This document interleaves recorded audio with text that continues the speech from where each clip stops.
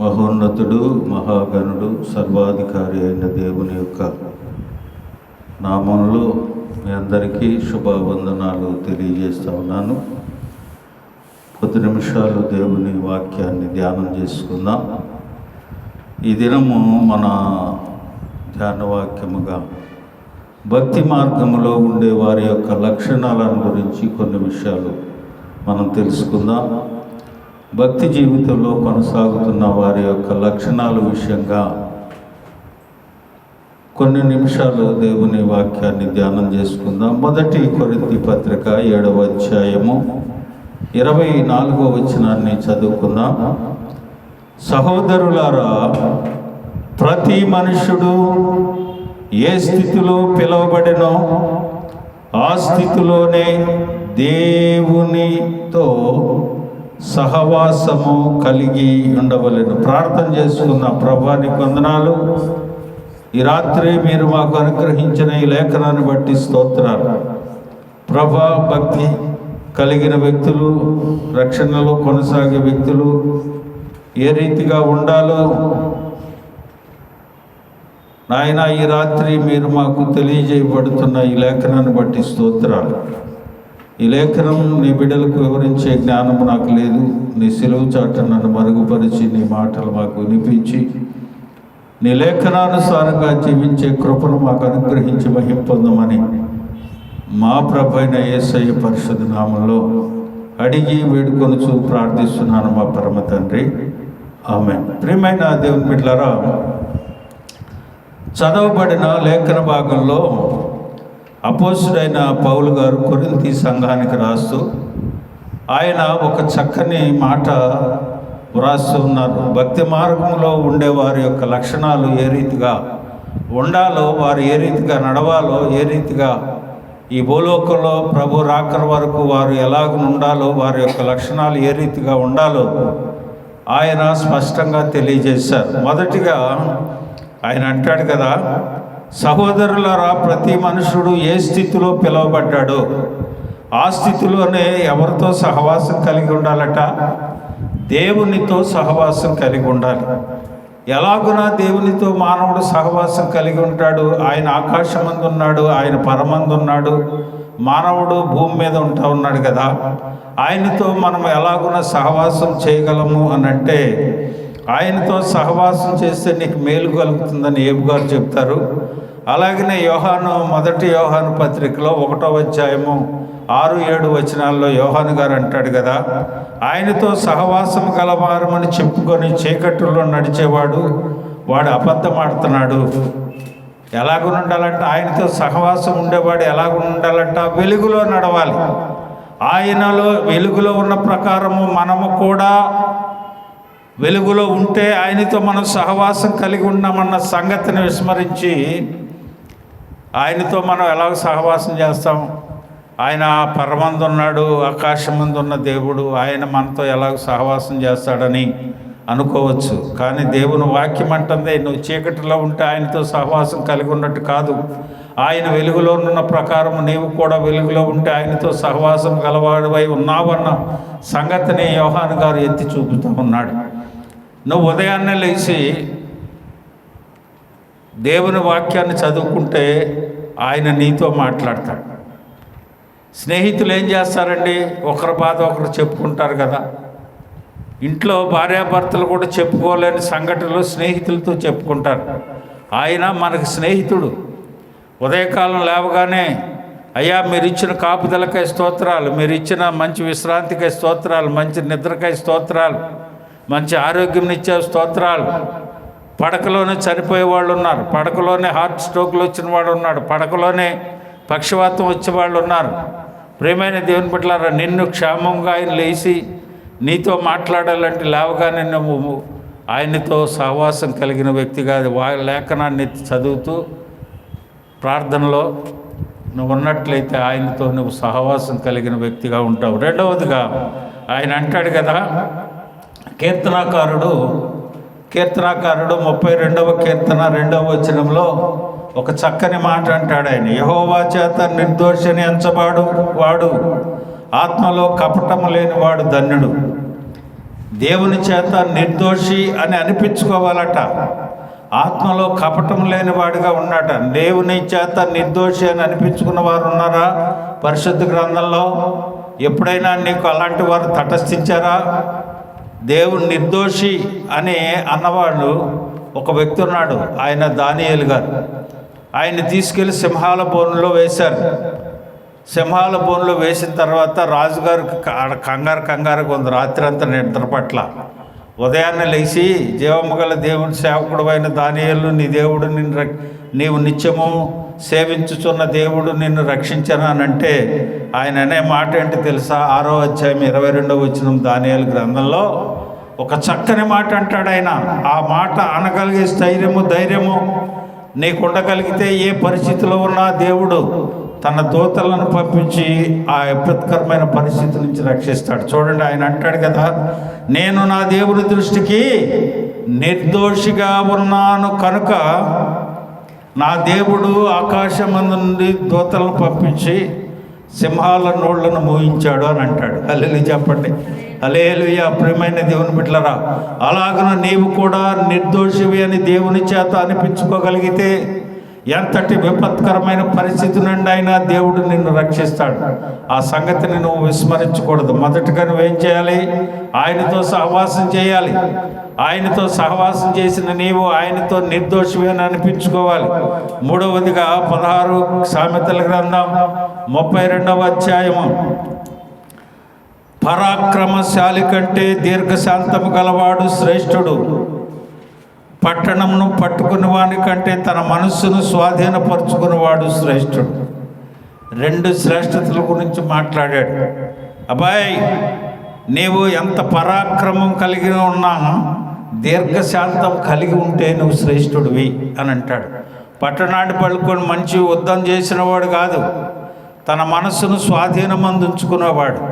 ప్రియమైన దేవుని బిడ్డలారా, వాక్యాలు చదువుతూ ఉంటే మన జీవితం వ్యర్థం. అసలు మనది నిజమైన భక్తి కాదు అనిపిస్తుంది. ఒక పట్టణాన్ని పట్టుకునేవాడి కంటే ఏమంటుంది వాక్యం? దీర్ఘశాంతము గలవాడు. దీర్ఘశాంతాలు ఎక్కడున్నాయి? పేరుకు మాత్రం బైబిల్ పట్టుకొని దేవుని సన్నిధికి వస్తూ ఉన్నారు, కానీ వీళ్ళలో ఎవరికి దీర్ఘశాంతం ఉండదు. శాంత స్వభావాలు కలిగి ఉండడు. అన్నిటికీ అలుగుళ్ళు, అన్నిటికీ ఎదటివాడి మీద నెపాలు, దీర్ఘశాంతం అనేది ఆడు శ్రేష్ఠుడు అని దేవుని వాక్యం అంటా ఉంది. భక్తి కలిగి మార్గంలో జీవించేవాడు ఎలాగ ఉండాలో ఈ రాత్రి సూటిగా తేటగా దేవుడు నీతో మాట్లాడుతున్నాడు. దేవునితో నువ్వు సహవాసం కలిగి ఉండాలి, నిర్దోషిగా ఉండాలి, దీర్ఘశాంతం గలవాడిగా ఉండాలి, నీ మనస్సును స్వాధీనమందుంచుకునేవాడిగా ఉండాలి. ఎవరు ఉంచుకుంటున్నారు చెప్పండి? మనసును స్వాధీనపరచుకుంటున్న వాళ్ళకి మారు మనసు పొందాము అని ఏదో నామకార్థమైనగా చెప్పుకుంటున్నారే కానీ వీరి మనసులు స్వాధీనంలో ఉండవు. వీరి మనసుల్లో ఉన్నది వేరుగా ఉంటుంది. దేవుని మీద ధ్యాస ఉండదు. ఇతరుల మీద పడి చూడటమే తప్ప, ఇతరుల మీద వారి నెపాలు మోపటమే తప్ప, ఇతరుల్లో ఉన్న లోపాలను ఎత్తుకుంటమే కదా తన మనసుల్ని స్వాధీనపరచుకోవద్దు. ఒక్కడి మీద మనం నేరం మోపకూడదన్న సంగతి, అది పాపం అన్న సంగతి కూడా విస్మరించి ప్రియమైన దేవుని బిడ్డలారు అలాగనుంటూ ఉన్నారు. దీర్ఘశాంతం ఉండాలి, మనస్సును స్వాధీనపరుచుకునేవాడిగా ఉండాలి, దేవునితో సహవాసం కలిగేవాడిగా ఉండాలి, దీర్ఘశాంతం కలిగిన వాడిగా ఉండాలి, నిర్దోషిగా దేవుని చేత అనిపించుకునేవాడిగా. అలా ఉంటున్నామా మనం? పేరుకు మాత్రం వస్తాం. ఆచారక్రమంగా ఆదివారాలు, బుధవారాలు, శుక్రవారాలు, శనివారాలు ప్రార్థనలు చేసుకుంటాం. వీటిని ఎతికి చూసినా మన వాటిలో ఉన్న లక్షణాలు, ఉండవలసిన విధానాలు మనలో కనిపించవు. తర్వాత చూడండి, ఆయన అంటూ ఉన్నాడు కదా, సామెతల గ్రంథం 17వ అధ్యాయం 27వ వచనంలో, మితముగా మాట్లాడు వాడు తెలియగలవాడు, శాంత గుణము కలవాడు వివేకి. ఎలా ఉండాలంట? మితముగా మాట్లాడాలి. మితముగా మాట్లాడాలి అంటే తగ్గించుకొని కొద్దిగా మాట్లాడాలి. అంతేగాని విస్తారమైన మాటల్లో దోషం ఉంటుందని చెప్పినా లేఖనాలు మాత్రం చదువుతాం కానీ కంట్రోల్లో మాత్రం ఉండం. మితముగా మాట్లాడువాడు తెలివి గలవాడు, శాంత గుణం గలవాడు, వివేకి వివేకము గలవాడు. మితముగా అపోస్తలుడైన పౌలు తిమోతికి రాస్తూ అంటాడు 4:5లో, అన్ని విషయాల్లో నీవు మితముగా ఉండాలి. తగ్గిగా ఉండాలి, కొద్దిగా మాట్లాడాలి, అంతేగాని ఇష్టానుసారంగా మాట్లాడటానికి లేదు. విస్తారమైన మాటల్లో దోషం ఉంటుంది, పాపం ఉంటుంది. కనుక నువ్వు మితముగా ఉండు. అలా ఉంటున్నామా లేదా మనల్ని మనమే పరీక్షించుకోవాలి. తర్వాత చూడండి, 5వదిగా సామెతల గ్రంథం 16:17 చెడుతనమును విడిచిపెట్టుటే యథార్థవంతులకు రాజమార్గము, తన ప్రవర్తనను కనిపెట్టుకునేవాడు ప్రాణాన్ని కాపాడుకుంటాడంట. ప్రవర్తన చాలా జాగ్రత్తగా ఉండాలి. దేవుని వాక్యమందే అపోస్తుడైన పేతురు గారు పత్రిక రాస్తూ 1వ అధ్యాయం 3వ వచనంలో ఏమంటాడు తెలుసా? 3వ అధ్యాయం 1వ వచనంలో, మీ పవిత్రమైన ప్రవర్తనను బట్టి మీ భర్తలను రాబట్టవచ్చును అంటాడు. పవిత్ర ప్రవర్తన ఉండాలి. ఎవరికే? భక్తి మార్గంలో ఉండేవారికి. ఆ లక్షణాలు మనలో కనిపించవు. మన ప్రవర్తన పవిత్రతను కలిగి ఉండాలి, భయం పుట్టించేదిగా ఉండాలి. నీ పవిత్ర ప్రవర్తనను బట్టి అతన్ని రాబట్టవచ్చును.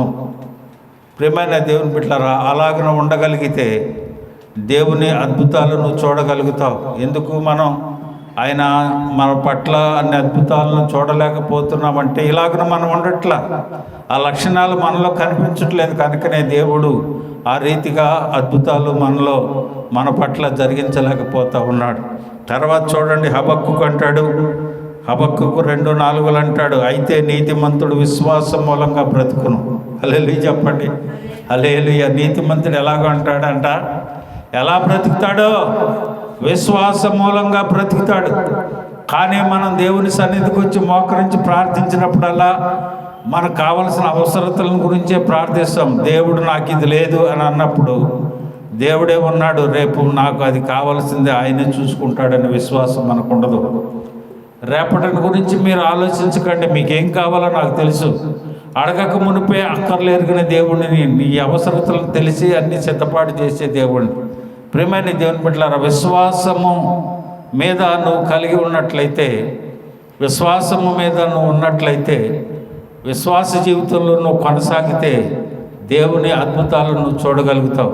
దైవజనుడు మీటింగ్స్ జరుగుతూ ఉన్నాయి, చేతిలో రూపాయి లేదు. ఎప్పుడో ఆ దినాల్లో 65 సంవత్సరాల్లో భక్తి సింగ్ గారు మీటింగ్లు పెట్టారంట మెడ్రాస్లో. మీటింగ్లు పెడితే మీటింగ్లకి అన్నీ రెడీ అయిన సిద్ధపడ్డారు. సాయంకాలం భోజనాలు టైం అవుతూ ఉంది, మీటింగులు జరుగుతూ ఉంది. అయిపోయినాక భోజనాలు పెట్టాలి. దాదాపుగా 3000 మంది వచ్చారంట. వంటలు లేవు, చేతిలో రూపాయి లేదు. ఈయనేమో గదిలో ప్రార్థన చేస్తున్నాడు. కొంతమంది బ్యాచ్ని కూర్చోబెట్టి పక్కన గొలుసు ప్రార్థన చేయండి అని చెప్పాడట. అక్కడి నుంచి మీటింగ్ ప్రసంగం చేస్తున్నాడు. ప్రసంగం ముగింపు టైంలోకి ఒక పెద్ద ఆయన ప్రసంగం చేస్తున్నాడు, ఈయన ప్రార్థనలో ఉన్నాడు. అక్కడి నుంచి పాస్టర్స్ వచ్చాయా, ప్రసంగం ముగిసే టైం అయింది. చూస్తే జనాలు దాదాపుగా 3000 మంది ఉన్నారు. వారికి భోజనం లేదు, ఏం చేద్దాం అని అన్నారట. ప్రార్థన చేయి అన్నాడట. భోజనం టైం అవుతుంది, అరగంటలో ఆయన ముగిచ్చేస్తాడు. ఏం చేయాలంటే ప్రార్థన చేయమంటున్నాం. ప్రార్థన చేస్తూ ఉంటే, అయ్యా టైం అయిపోతుంది అయ్యా, దేవుడు సమకూరుస్తాడు, నువ్వేం కంగారు పడబోక అన్నాడు. ఎంత టైం ఉంది? 15 గంట 10 నిమిషాల టైం ఉంది. అటు అయిపోయింది ఇటు అయిపోయింది. ఒక 5 నిమిషాల టైంలో ఒక పెద్ద లారీలో భోజనాలు వచ్చి టెంట్ దగ్గర ఆగినాయంట. ఏంటి అని గబగబా ఒక పాస్టర్ గారు పరిగెట్టుకు వెళ్ళి, ఏంటి ఈ లారీలు ఏంటి అంటే, అయ్యా ఈ సభలు నిర్వర్తించే ఆయన పెద్ద ఆయన ఎక్కడ ఉన్నాడు? ప్రార్థనలో ఉన్నాడు, ఒకసారి ఆయన పిలవండి. అయ్యా ఏదో లారీలు వచ్చినాయా భోజనాలు అన్నాడంట. ఎవరో సేవకుడు. ఎక్కడున్నాడు ఈయన? దేవుని సన్నిధిలో ఉన్నాడు. వచ్చినాయా భోజనాలు అన్నాడట. ఆయనలో ఉన్న కాన్ఫిడెన్స్, విశ్వాసాన్ని చూడండి. గబగబా బయటకు వచ్చి పిలుస్తున్నారా, ఎవరో వచ్చారు. వచ్చి అన్నాడంటే, అయ్యా మేము సినిమా షూటింగ్లో అవి చేస్తూ ఉంటాం. ఓ ఫంక్షన్ కానీ మేము దాదాపు 3500 మంది 4000 మందికి ఆహారం సిద్ధపరిచాం. ఆ ఫంక్షను క్యాన్సిల్ అయిపోయింది. ఏంటి మెడ్రాస్లో 3,000 4,000 మందికి పట్టే ఎక్కడన్నా ఏమన్నా జరుగుతున్నాయని ఆలోచన చేస్తే పాంప్లెట్ కనపడింది మీది, ఇక్కడ మీటింగ్ జరుగుతున్నాయని. అక్కడ ఎంక్వైరీ చేస్తే ఇక్కడ అంతమంది ఉన్నారని తెలిసింది. మా ఓనర్ గారు తీసుకెళ్ళి వాళ్ళకి అప్పు ఇచ్చేసి వచ్చేయండి అన్నానంట. మరి సినిమా వాళ్ళ ఫంక్షన్లు అంటే ఎంత జరుగుతుంది? అన్ని వెరైటీస్ ఉంటాయా లేదా? అప్పటి వరకు భోజనం లేదు, ఏం చేయాలని దిగులు చీకుచితో ఉన్నవారు దాదాపుగా ఆ రోజుల్లో 16-17 వెరైటీస్తో భోజనాలు వచ్చినాయట. హల్లెలూయా చెప్పండి, హల్లెలూయా. ఏమంటుంది వాక్యము? ఏమంటుంది వాక్యము? నీతిమంతుడు విశ్వాసం మూలంగా జీవిస్తాడు. ప్రియమైన దేవుని బిడ్డలారా, అంతటి విశ్వాసం, అంతటి కాన్ఫిడెన్స్ ప్రసంగాల్లో చెప్పుకోవటానికే పనికి వస్తున్నాయి, కానీ మన జీవితాల్లో ఎందుకు జరగట్లేదంటే విశ్వాసం మీద ఆధారపడి మనం జీవించట్లేదు. ఆయన శతాధిపతిని చూసి అంటాడు కదా, ఇదిగో ఇతను ఇశ్రాయిల్లో ఇంతటి విశ్వాసాన్ని నేను చూడలేదన్నాడు. ఇంతటి గొప్ప విశ్వాసం ఆయనలో ఉంది అన్నాడు. అంతటి విశ్వాసం లేదు కాబట్టే అద్భుతాలు మనలో జరగట్లేదు, మనం చూడలేకపోతున్నాం. మన జీవితాల్లో, మన కుటుంబాల్లో చూడలేకపోతున్నాం. అంత కాన్ఫిడెన్స్ మనలో ఉంటలా. ఉన్నది నలుగురే, కానీ ఒకరి మనస్తత్వం ఒకరి మనస్తత్వం ఐక్యతలు ఉండరు, విశ్వాసాలు కలిగి ఉండరు, దేవుని సన్నిధిని అనుభవించాలని ఆసక్తి ఉండదు. ఎక్కడ జరుగుతాయి మీ కుటుంబాల్లో చెప్పండి? ఎక్కడ జరుగుతాయి మన కుటుంబాల్లో? ప్రియమైన దేవుని బిడ్డలారా, దేవుని వాక్యం అంటా ఉంది. 7వదిగా ఆయన అంటాడు, 2 కొరింథీ 10:18 ప్రభువు మెచ్చుకున్న వాడే యోగ్యుడు. ఎవరు యోగ్యుడు? ప్రభు ఎవరిని మెచ్చుకున్నాడు? శతాధిపతిని, తన దాసుడి గురించి యేసయ్య దగ్గరికి వచ్చి, నా దాసుడు చావు సిద్ధమై ఉన్నాడయ్యా అన్నట్టు, పద వెళ్దామంటే, నీవు నా ఇంటిలోనికి రావటానికి నేను యోగ్యుని కాదు, మాట మాత్రము సెలవి, నా దాసుడు స్వస్థ పొందుతాడని చెప్పాడు. ప్రియమైన బిడ్డలారా, ఆ యోగ్యత, ఆ కాన్ఫిడెన్స్ నీలో ఉందా? ఆ విశ్వాసం నీలో కనిపిస్తుందా? దేవుడు మెచ్చుకోవాలి. అతను మెచ్చుకుంటున్నాడు. అతనిలో గొప్ప విశ్వాసం ఉంది. ప్రియమైన దేవుని బిడ్డలారా, ఆ విశ్వాసం, ఆ కాన్ఫిడెన్స్ నీలో కానీ ఉంటే నువ్వు అద్భుతాలు చూడగలుగుతావు. చివరిగా ఒక వాక్యాన్ని తీసి ముగిస్తాను, చూడండి. యోబు గ్రంథము 28:28 మరియు యెహోవా యందు భయభక్తులే జ్ఞానమనియు దుష్టత్వం విడిచిటే వివేకమనియు ఆయన నరులకు సెలవిచ్చుచున్నాడు. ఏమండి? దుష్టత్వాన్ని విడిచిన వ్యక్తిలా కనపడతాడు. దుష్టత్వం అతనిలో కనిపించదు, నీలో కనిపిస్తుంది. నువ్వు ఎంచి చూసుకుంటావు వాడు దుష్టుడని. కానీ దుష్టత్వాన్ని దేవుని వాక్యం అంటా ఉంది, యెహోవా యందు భయభక్తులే జ్ఞానమనియు దుష్టత్వము విడిచుటే వివేకము. దుష్టత్వాన్ని విడిచి నీవు ఉండాలి. అది దేవుని యొక్క భక్తుల మార్గంలో ఉండేవారి యొక్క లక్షణాలు. మొదటిగా దేవునితో సహవాసం ఉండాలి, దేవుని చేత నిర్దోషి అని అనిపించుకోవాలి, శాంతము గలవాడిగా ఉండాలి, మనసును స్వాధీనపరుచుకునేవాడిగా ఉండాలి, మితముగా మాట్లాడేవాడిగా ఉండాలి, చెడుతనమును విడిచిపెట్టి మంచి ప్రవర్తన కలిగిన వ్యక్తిగా ఉండాలి, నీతిమంతుడిగా ఉండాలి, విశ్వాసములుగా బ్రతికేవాడిగా ఉండాలి, దేవుని చేత యోగ్యునిగా ఎంచబడేవాడిగా ఉండాలి. అంతేకాదు దుష్టత్వము విడిచిన వాడిగా ఉండాలి. అప్పుడు దేవుడు అన్ని విషయాలలో నిన్ను దీవించి ఆశీర్వదిస్తాడు. నీలో ఉన్న లక్షణాలను చూసి ఆత్మఫలం అనుభవించేవాడిగా నిన్ను చేస్తాడు. హల్లెలూయా. ప్రభువు మనలను అలాగూ తీర్చిదిద్ది మన కుటుంబాలను, మన సంఘాన్ని దీవించి ఆశీర్వదించునుగాక.